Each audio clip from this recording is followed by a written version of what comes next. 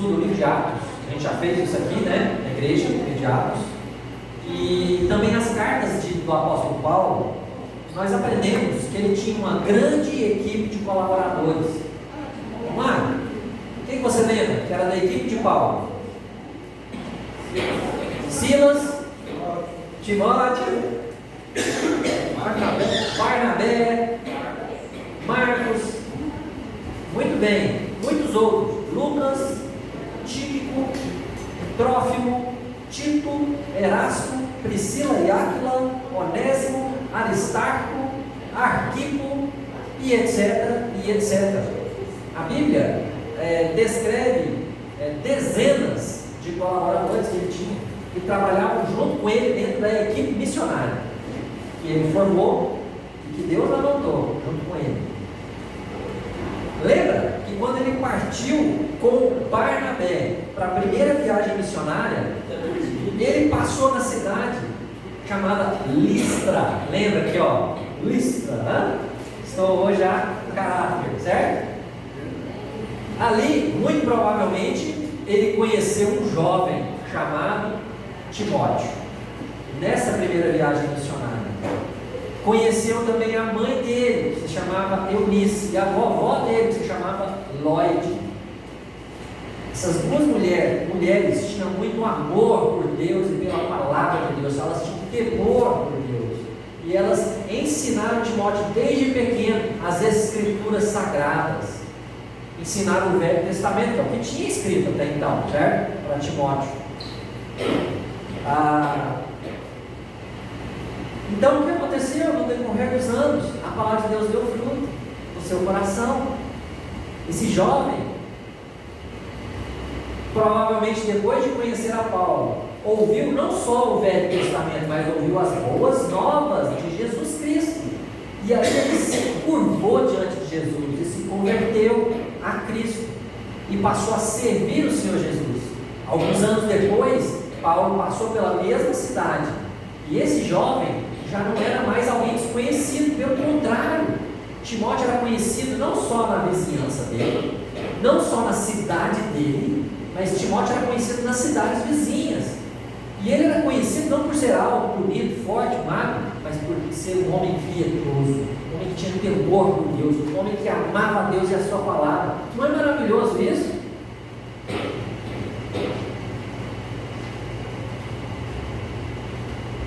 Então Paulo, naquela segunda viagem missionária, falou: eu quero que você vá comigo, eu quero que você me acompanhe nesse trabalho do Senhor. Então Timóteo fez as trouxinhas dele e partiu com ele.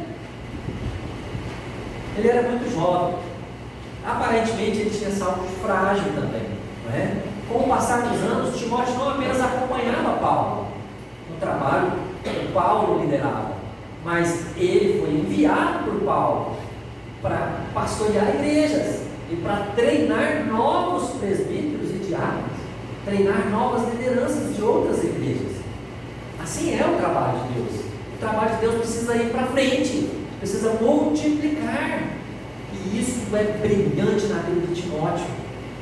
Interessante também que quando você pega as cartas de Paulo, você vê que muitas delas, lá no comecinho, Paulo e Timóteo, aos irmãos da cidade dele, pelo menos umas 6 cartas, Timóteo tem assinatura junto com Paulo. Ele ajudou Paulo a compor, ou a, pelo menos a registrar as cartas que foram enviadas. Depois que Paulo foi preso e solto em Roma, provavelmente ele voltou a visitar outras igrejas com Timóteo. É que alguns teólogos chamam de quarta viagem missionária, né? Tem pouco registro disso nas Escrituras, mas tem algum registro. Ele esteve com Timóteo em Éfeso, a cidade de Éfeso, e ele saiu de Éfeso, foi para Macedônia, e da Macedônia foi para Acaia, lá para Corinto, né? E Atenas, e de lá ele escreveu uma carta para Timóteo que tinha ficado em Éfeso. Essa é a carta, 1 Timóteo, certo? Que nós vamos estudar a partir de hoje. Timóteo foi escalado para confrontar os falsos líderes e restaurar a ordem na igreja. A igreja de Éfeso estava meio bagunçada a essa altura, né? Tinha muita gente ensinando coisas erradas, tinha desordem nas famílias. Homens que não eram homem, era meio banana, né? Como eu falei aqui domingo passado. As mulheres que não eram mulher, que queria ser homem, tomar os lugares dos homens na liderança da igreja. Então a igreja estava meio desorganizada. E Paulo dá as orientações para que Timóteo possa organizar a igreja novamente. Essa carta tem um objetivo geral, queridos. O objetivo geral de 1 Timóteo, o objetivo de Paulo foi encorajar o seu discípulo a ensinar eficazmente a igreja de Éfeso, de modo que a sua conduta e o seu caráter fossem santos. Aquela igreja precisava de maturidade, precisava de aperfeiçoamento, de transformação. E esse era o objetivo de Paulo em escrever para Timóteo.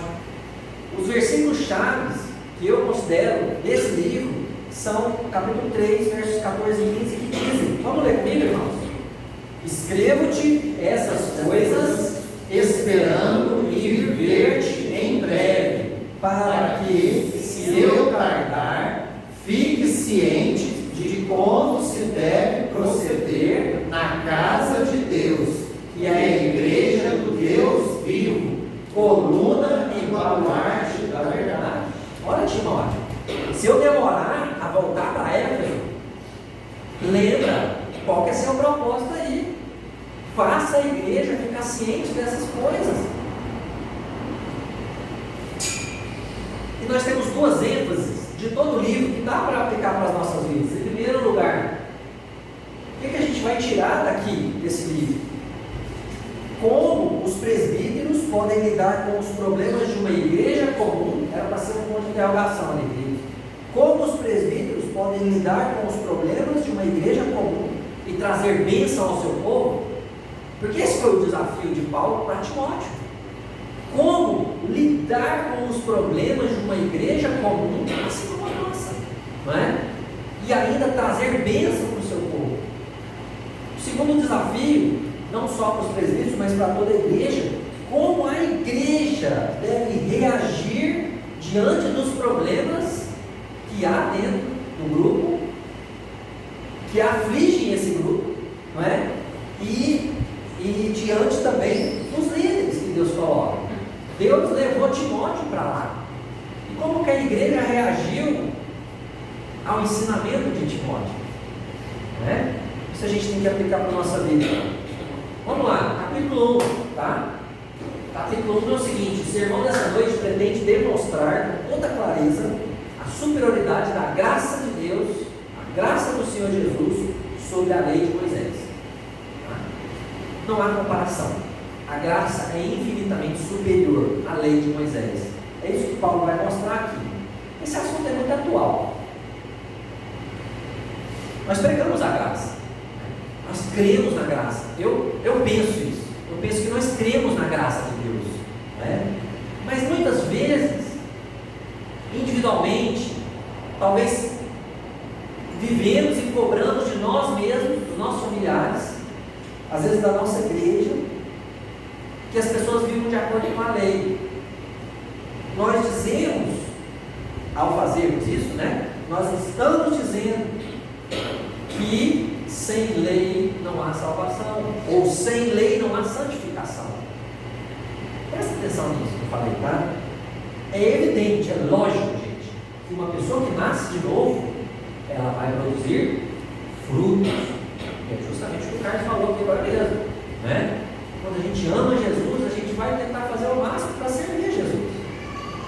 Eu compreendo, gente, que às vezes não dá para participar de tudo. Não é isso que a gente está pedindo, né? A gente está encorajando a igreja a fazer o melhor para Deus, porque Deus merece o melhor que a gente puder, né? De coração. É isso que a gente está fazendo aqui, que a gente está falando. E cada um precisa se preocupar com isso, não é? Pela graça de Deus. E também é evidente que pelos frutos a gente sabe qual é a árvore, não é? Uma árvore lá, se tem uma maçã, você sabe que árvore é essa. Se tem uma goiaba, você sabe que árvore é essa. Agora, se tem uma árvore, de longe, você não conhece muito bem as folhas, e não tem nenhum fruto, vai ser difícil identificar a árvore, não é? Então, qual fruto nós temos dado? É isso que Paulo vai falar no capítulo 1. A graça é superior à lei, né?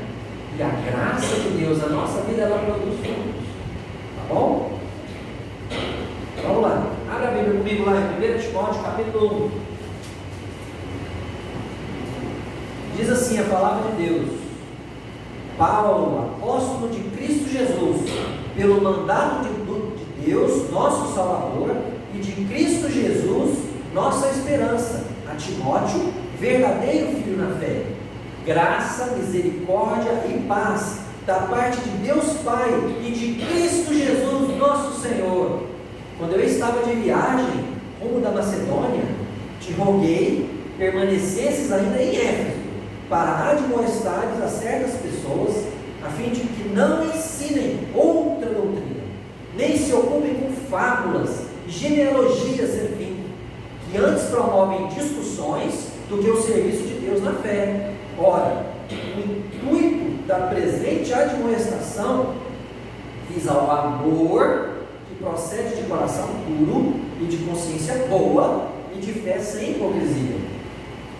Desviando-se algumas pessoas destas coisas, perderam-se em loquacidade frívola, pretendendo passar por mestres da lei, não compreendendo, todavia, nem o que dizem, nem os assuntos sobre os quais fazem ousadas acelerações. Verso 8. Sabemos, porém, que a lei é boa, se alguém dela se utiliza de modo legítimo, tendo em vista que não se promulga a lei para quem é justo, mas para transgressores e rebeldes, irreverentes e pecadores, ímpios e profanos, parricidas e magnicidas, homicidas, impuros, sodomitas, raptores de homens, mentirosos, perjuros e para tudo quanto se opõe a essa doutrina, segundo o Evangelho da glória do Deus bendito, do qual fui encarregado. Verso 12. Sou grato para com aquele que me fortaleceu, Cristo Jesus, nosso Senhor, que me considerou fiel, designando-me para o ministério. A mim, que no outro tempo era blasfemo, e perseguidor, e insolente, mas obtive misericórdia, pois o fiz na ignorância, na incredulidade. Transbordou, porém, a graça de nosso Senhor Jesus Cristo.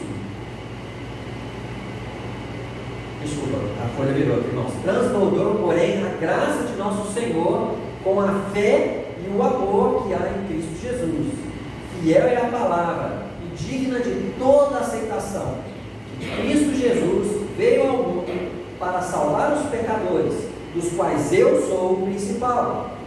Mas por esta mesma razão me foi concedida a misericórdia, para que em mim, o principal, evidenciasse Jesus Cristo a sua completa humanidade, e servisse eu de modelo a quantos hão de crer nele para a vida eterna. Assim, ao Rei eterno, imortal, invisível, Deus único, honra e glória pelos séculos dos séculos. Amém. 18. Este é o dever de que te encarrego, ó filho Timóteo, segundo as profecias de que antecipadamente foste objeto. Combate, firmado nelas, o bom combate, mantendo fé e boa consciência, porquanto alguns, tendo rejeitado a boa consciência, vieram a naufragar na fé. E dentre esses se encontram Himeneu e Alexandre, os quais entreguei a Satanás para serem castigados, a fim de não mais blasfemar. Vamos orar, querido Deus. Em primeiro lugar, quero te agradecer pela sua palavra. Deus, eu creio que o Senhor se faz presente aqui nesse momento. Eu creio, Deus, que a sua palavra tem poder de transformar, Pai, as nossas vidas. Tem poder, Deus, de entrar no mais profundo do nosso ser e mudar, Pai, a nossa maneira de pensar, a nossa maneira de agir, as nossas motivações, os nossos desejos, Pai. Eu te peço isso em nome do Senhor Jesus Cristo, que o sermão da sua palavra possa encontrar em nossos corações um solo fértil nesse momento. Também, Senhor, minha oração vai pelo seu Antônio, pai do David. Não sabemos, Pai, da situação que se encontra, mas oramos por ele, oramos pela família, pedimos tua graça e tua misericórdia sobre essas vidas. Em nome de Jesus. Amém.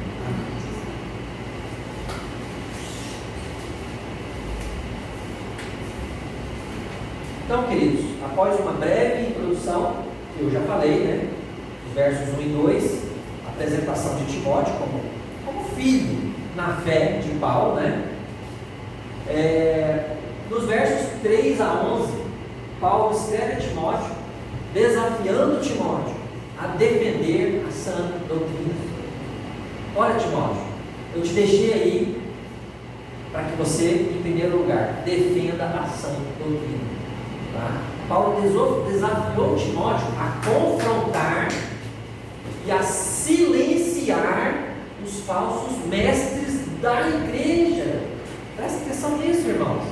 Não eram pessoas de fora, eram pessoas da igreja que estavam ensinando coisas erradas para a própria igreja. Então Paulo fala: Timóteo, você precisa silenciar essas pessoas. O que eles falavam, queridos? Em primeiro lugar, diz o verso 3, que eles ensinavam outra doutrina. Olha comigo: quando eu estava de viagem rumo da Macedônia, te roguei permanecesse ainda em Éfeso, para admoestares, corrigires, puxar a orelha, acerte as pessoas, a fim de que não ensinem outra doutrina. Essas pessoas estavam ensinando um ensinamento diferente do que Paulo tinha semeado naquela igreja. Essas pessoas estavam passando adiante um conhecimento que não era o de Jesus Cristo, o Senhor e o Salvador. Paulo já tinha falado isso em outra carta que ele escreveu aos Gálatas, lembra disso? Olha comigo: admira-me que estejais passando tão depressa daquele que vos chamou da graça de Cristo para outro evangelho, qual não é outro, não existe outro evangelho, não é? Senão que há alguns que vos perturbam e querem perverter o evangelho de Cristo. Então Paulo agora falando a Timóteo, fala: olha, Timóteo, essas pessoas estão também em Éfeso, essas pessoas estão aí ensinando uma coisa diferente do que o evangelho do Senhor Jesus Cristo.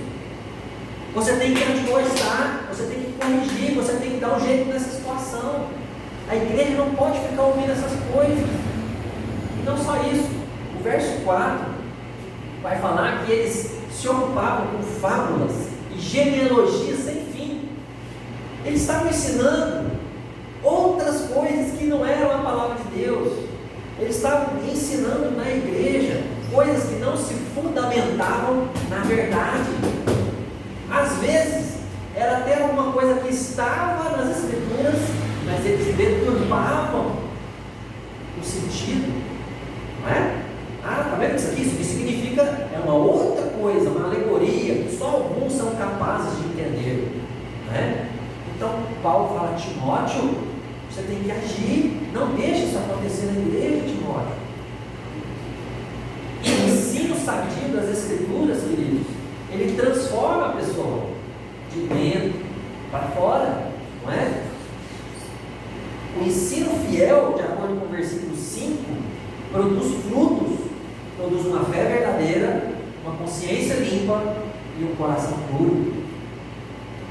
É o que diz o verso 5. O intuito da presente admoestação, do que eu estou te falando, Timóteo, o objetivo em você transmitir isso para a igreja, Timóteo, visa o amor que procede de um coração puro, de uma consciência boa e de uma fé sem hipocrisia. E eu já faço uma primeira pergunta para todos nós aqui: isso é real em sua vida? Você tem um coração limpo? Você tem um coração puro? Você tem uma consciência limpa? Né? Você tem uma fé autêntica? Não uma fé na fé, mas uma fé na palavra de Deus. Você lê a palavra de Deus, você estuda a palavra de Deus, como o Mário perguntou, você busca a Deus continuamente para a sua vida. E outra coisa, o versículo 6 tem um vocabulário difícil aí: desviando-se algumas pessoas destas coisas, né? Da fé pura, da consciência limpa, do coração puro, da consciência limpa e da fé sem hipocrisia, desviando-se algumas pessoas dessas coisas, diz o verso 6, perderam-se em loquacidade frívola. Essas pessoas ficavam discutindo coisas inúteis. É isso que significa esse termo. Essas pessoas falavam coisas que não levavam ninguém a lugar nenhum, a lugar algum. Essas pessoas falavam um monte de coisas que não levavam ninguém a lugar algum. Gente, olha o que acontece no nosso dia. Talvez não aqui, mas em muitos públicos, pessoas sobem, começam a falar da Bíblia, começam a falar, a palavra de Deus não é estudada, não é ensinada. Então Paulo chama Timóteo, querido, não deixe isso acontecer nessa cidade de Éfeso, nessa igreja de Éfeso. No versículo 7 vai falar que aquelas pessoas que estavam ensinando essas coisas erradas na igreja se consideravam mestres da lei. Alguém pode ler para mim o verso 7, por favor? Pretendendo passar por mestres da lei, não compreendendo todavia nem o que dizem, nem os assuntos sobre os quais fazem ousadas asseverações. Olha só que interessante. Eles queriam ser chamados de mestres, eles queriam ser reconhecidos como autoridade, como sábios, mas eles não sabiam de nada. Eles não sabiam nem o que eles estavam dizendo. Se alguém parasse para perguntar assim, expliquei o que você falou, ele não sabia explicar. Gente, não acontece isso às vezes? Em nossos dias, a pessoa fala, explica aí, não sei explicar. Certo? E isso é também uma advertência para nós, né? Se eu não sei, eu não falo. Não tente falar daquilo que você não sabe, né? Você fala, opa, eu não sei, eu vou procurar informação e te trago, né? Vou tentar fazer esse compromisso, vou procurar ajuda de alguém mais sábio e vou trazer para você, né? É perigoso a gente tentar falar daquilo que a gente não entende, né? A gente corre o risco de fazer igual essas pessoas, né? De deturpar outras pessoas que estão interessadas na verdade, não é? De acordo com Filipenses e Gálatas, a gente comparando, porque essas pessoas eram as mesmas pessoas, passaram-se alguns anos, mas as mesmas pessoas chamadas de judaizantes, as pessoas que entravam nas igrejas onde Paulo estava pregando o evangelho e falando, não é bem assim, gente, vocês ainda têm que guardar a lei, vocês têm que guardar o sábado, vocês têm que fazer o sacrifício, porque senão vocês não vão certo, não é? Isso não acontece hoje, gente. Você tem que guardar certos dias, você tem que comer ou deixar de comer certas coisas, não é? Você não pode isso, não pode aquilo, senão você não vai para o céu. Queridos, e nos versos 8 a 11, Paulo vai falar para Timóteo que essas pessoas, os falsos mestres, pervertiam o uso da lei para justificação pessoal. Como assim, pastor? Olha só, Paulo diz no verso 8, olha, a lei é boa. Eu não estou dizendo que a lei é ruim, não é porque a lei é de Deus, a lei é boa. Mas, se alguém dela se utiliza de modo legítimo, olha que verso 9 interessante, gente. Paulo está falando para Timóteo, a lei não é para nós, crentes em Cristo Jesus. Olha aí, gente. Tendo em vista que não se promulga lei para quem é justo, para quem nasceu de novo, para quem é declarado justificado, mas para transgressores e rebeldes, irreverentes, pecadores, ímpios, profanos, e aí vai a lista de pecados e de pecadores. A lei, portanto, ela não tem o poder de salvar e nem o poder de santificar, ela não foi dada para crentes, no sentido literal da palavra, ela foi dada para incrédulos, para mostrar para as pessoas incrédulas que elas não conseguem alcançar o padrão de Deus, para que elas possam correr para Cristo. A lei, como diz lá em Gálatas, vou colocar aqui na tela, de maneira que a lei se tornou nosso guardião para nos conduzir a Cristo, a fim de que fôssemos declarados justos pela fé. O propósito da lei é mostrar que a gente é incapaz, é mostrar que nós somos despreparados, não conseguimos seguir a Deus como Deus quer. Porque tem um monte de regras e um monte de proibições que ninguém consegue obedecer. Portanto, a lei diz: você não dá conta sozinho, mas Cristo está aqui para te salvar, para te perdoar. É isso, queridos irmãos. É isso que Paulo então vai falar aqui. A lei não foi feita para a santificação dos crentes, mas para a conversão dos pecadores. A lei foi dada para conduzir o homem a Cristo, e não para ele tentar, com toda a sua energia, obedecer à lei e falar: eu consegui, eu sou salvo pelos meus próprios esforços. É perda de tempo. Então, queridos, nós vamos para o segundo bloco, tá? Que na verdade é o terceiro bloco, que é confiando na graça de Deus. Então Paulo, ele muda aqui, ele desafia então Timóteo, porque quando ele apresenta as dificuldades do ministério para Timóteo, pode ser que Timóteo tenha ficado um pouco desanimado. Nossa, vai ser difícil isso aqui, Éfeso. Que pepino foi esse, Paulo, que você deixou para mim, hein? Mas aí Paulo dá uma encorajada.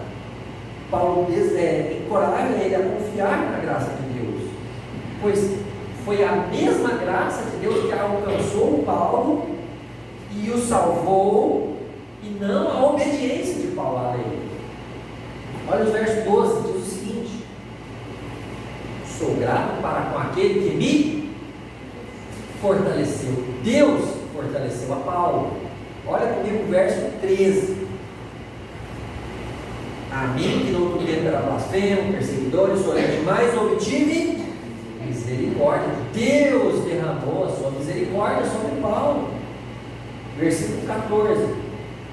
Olha, o versículo 13, eu li. Tem alguma lista de Paulo reconhece os seus pecados. Eu era assim, eu era assado. Mas, versículo 14, a graça de Deus foi transbordante. Isso lembra Romanos 6, quando Paulo fala que o pecado é abundante, mas a graça de Deus é mais abundante ainda. Então Paulo está falando para Timóteo: é difícil, mas a graça de Deus nos capacita, a graça de Deus nos habilita a fazer aquilo que a gente foi chamado para fazer, Timóteo. Creia nisso. E ele fala sobre salvação aqui para Timóteo. Timóteo era crente, era um jovem pastor. Mas é interessante como Paulo fala da salvação. E a gente deve falar da salvação, tanto no púlpito quanto onde a gente estiver. Porque esse tema tem que bombar na nossa cabeça, a gente tem que amar esse tema. E aí Paulo fala para ele no versículo 14 e 15: transbordou, porém, a graça de nosso Senhor com a fé e o amor que é em Cristo Jesus. Fiel é a palavra e digna de toda aceitação. Cristo Jesus veio ao mundo para salvar os pecadores, dos quais eu sou o principal. Essa foi a razão de Jesus vir ao mundo, salvar os pecadores. E aí Paulo fala para Timóteo: olha, sabe por que eu sou o principal? Ele falou em cima. Ele falou: olha, verso 13, a mim que no outro tempo era blasfemo. Ele blasfemava não o nome de Deus Pai diretamente, mas indiretamente. Porque ele blasfemava o nome de Jesus. E quem não ama o Filho, não ama o Pai. Não é? Ele não entendia isso naquela época. Tanto é que ele fala: eu fiz por ignorância. Mas ele blasfemava. Ele blasfemava o nome do Senhor Jesus. Perseguidor, ele perseguia Cristo. Lembra que Jesus falou: por que me persegue, Saulo? Não é? Ele perseguia Cristo, ele perseguia a igreja de Cristo. Ele persegue a igreja de Cristo, persegue a Cristo. Por isso, irmão, se você está sendo perseguido, fique em paz. Eles não estão te perseguindo. Eles estão perseguindo a Cristo. Se você está sendo perseguido por causa da sua fé, certo? Se você é perseguido, se você é zombado, criticado por causa da sua fé, descansa o coração. Eles não estão fazendo isso contra você, mas contra o Senhor. Deus. Ele fala: Deus é o vingador. Ele está cuidando da gente. Então, prosseguindo aqui a linha de pensamento, ele vai falar, Paulo também vai falar para Timóteo, que a lei serviu ao propósito de mostrar a graça, melhor dizendo, de mostrar Jesus para Paulo. Né? Ele falou: olha, eu era isso, isso e aquilo. Por isso eu era o principal dos pecadores. Porque eu tinha tanto conhecimento das Escrituras, porque ele era fariseu, lembra disso? Ele era professor das Escrituras. E ele blasfemava Jesus. Por isso ele se considera não pecador. Porque conhecendo tanto a palavra de Deus, ele não conhecia a Deus. Presta atenção no que eu estou dizendo, vou repetir. Ele conhecia tanto a palavra de Deus, mas não conhecia Deus. Como que está o seu conhecimento de Deus? Ou você conhece só a palavra de Deus? É importante avaliar isso. Quando Paulo entendeu isso, ele falou: olha, eu sou o principal dos pecadores. Continuando. E aí vai chegando no final desse trecho, os versos 15 a 17, Paulo fala para Timóteo que assim Deus me fez modelo, Paulo, ou Timóteo, vamos comigo, verso 15. Eu já li o 15, agora vamos para o 16. Mas por esta mesma razão, ou seja, pela graça que transformou Paulo, né, me foi concedida a misericórdia, para que em mim, o principal, evidenciasse Jesus Cristo a sua completa longanimidade, e servisse eu de modelo a quantos hão de crer nele para a vida eterna. Timóteo, é difícil, o ministério é pesado, Timóteo, mas se Deus mudou a minha vida e me fez modelo para que as pessoas creiam em Cristo, Ele pode fazer isso também. Ele pode te usar como modelo e Ele pode transformar outras vidas assim. Ele pode multiplicar as vidas usando cada um de nós, Paulo, Timóteo e outros. Deve ter um versículo lá em 2 Timóteo 2 que fala sobre isso, não é? Paulo falando para Timóteo também sobre isso, para que ele pudesse treinar homens idôneos e fiéis, para que pudessem levar a palavra adiante também, né? Então, queridos, Deus transforma pessoas visivelmente descrentes e depravadas, como Paulo. Apesar de ser muito religioso, ele era descrente, ele não cria em Jesus, e ele era depravado, porque ele blasfemava contra o Senhor Jesus, né? Ele transforma vidas, usa essas vidas como modelo. E eu pergunto para você: Deus tem te usado como modelo para outras pessoas crerem em Jesus? É isso que Deus quer. Deus quer nos usar, Deus quer me usar cada um de nós. Mas o que tem brilhado na minha vida, o que tem resplandecido em minha vida para que as pessoas vejam isso?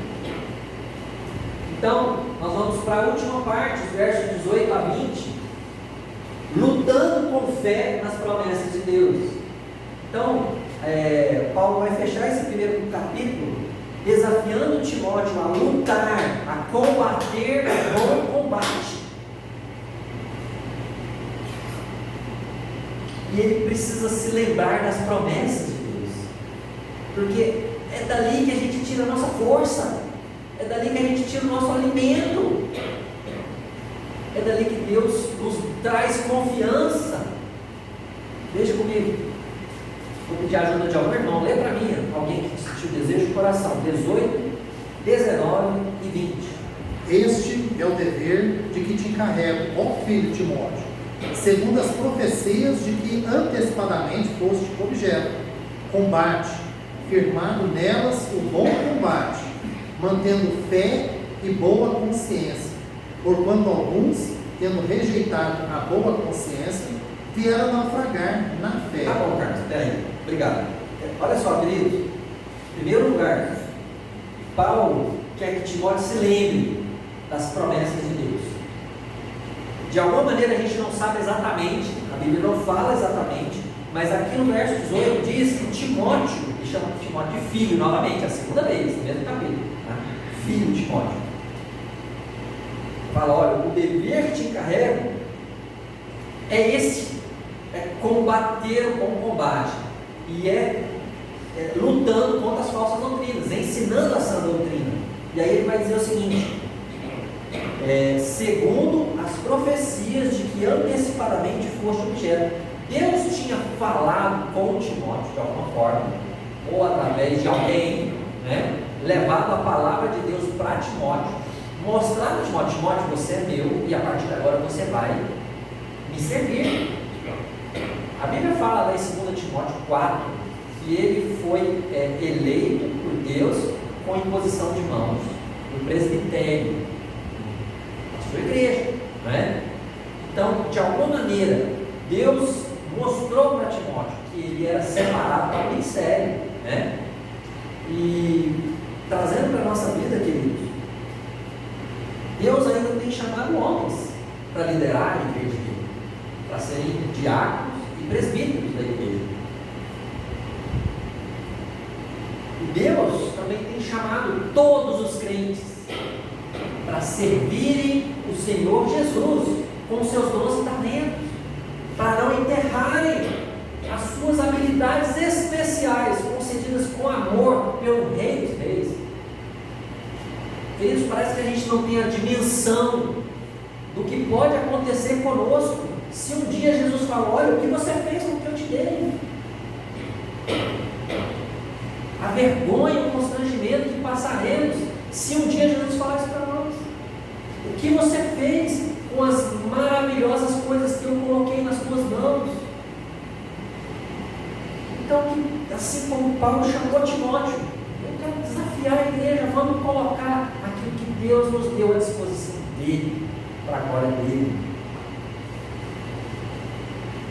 E ele fala no verso 19, olha que maravilha, queridos: mantendo fé e boa consciência, porquanto alguns, tendo rejeitado a boa consciência, vieram a naufragar na fé. Olha, não basta a fé. Aqui ele não está falando de salvação, tá? Aqui ele está falando de fidelidade, de firmeza, de se manter firme. Então, Timóteo, deixa eu te falar, diz Paulo, 2 conselhos aqui do seu pai espiritual: mantenha a fé e a boa consciência, tá?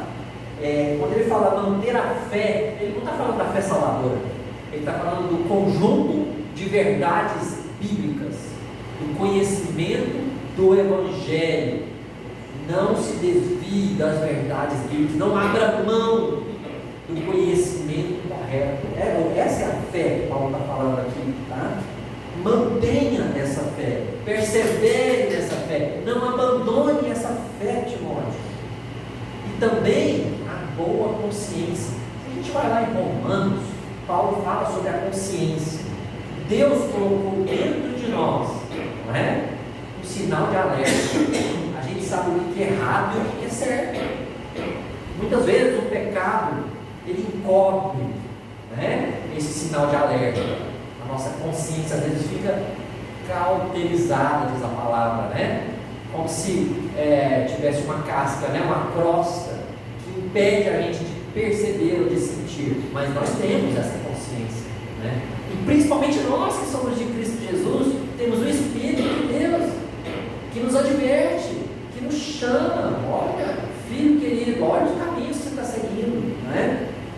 Então mantenha a boa consciência, dê ouvidos aos alertas de Deus no seu coração para as coisas erradas, né? Ou está errado, ou continua no caminho errado.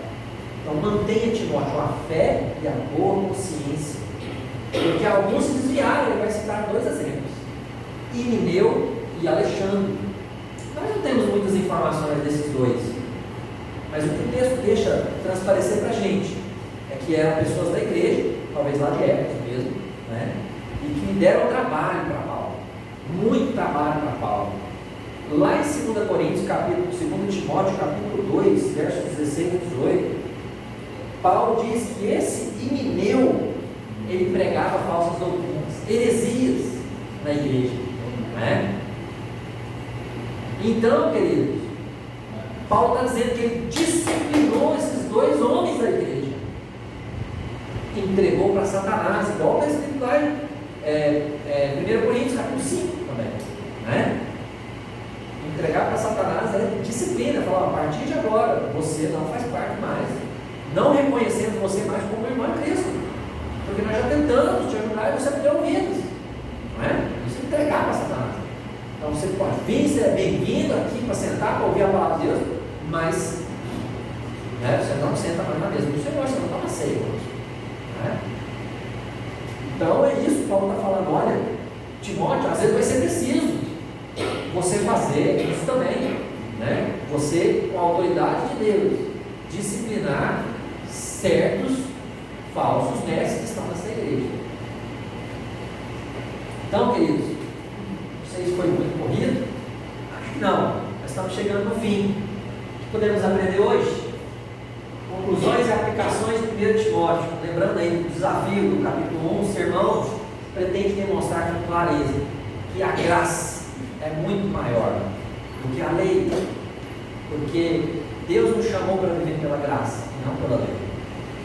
Deus nos salvou pela graça e não pela obediência à lei.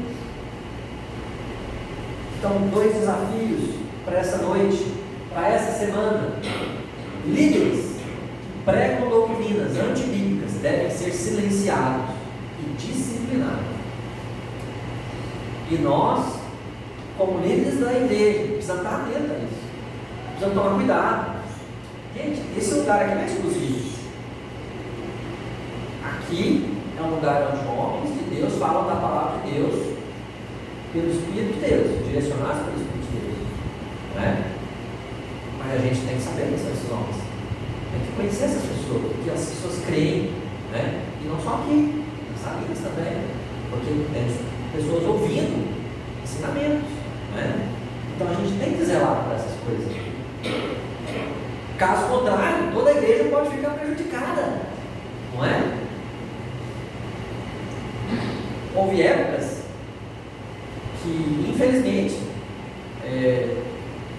aconteceram coisas que fugiram do nosso controle, né? Que às vezes cantaram músicas com crianças na salinha que eram músicas seculares, que envergonhavam a Deus. E a gente precisou consertar, né? E a gente precisa conversar e preparar uns aos outros, né? A gente precisa estar atento a essas coisas. A salvação é pela graça, a santificação também é pela graça, ok?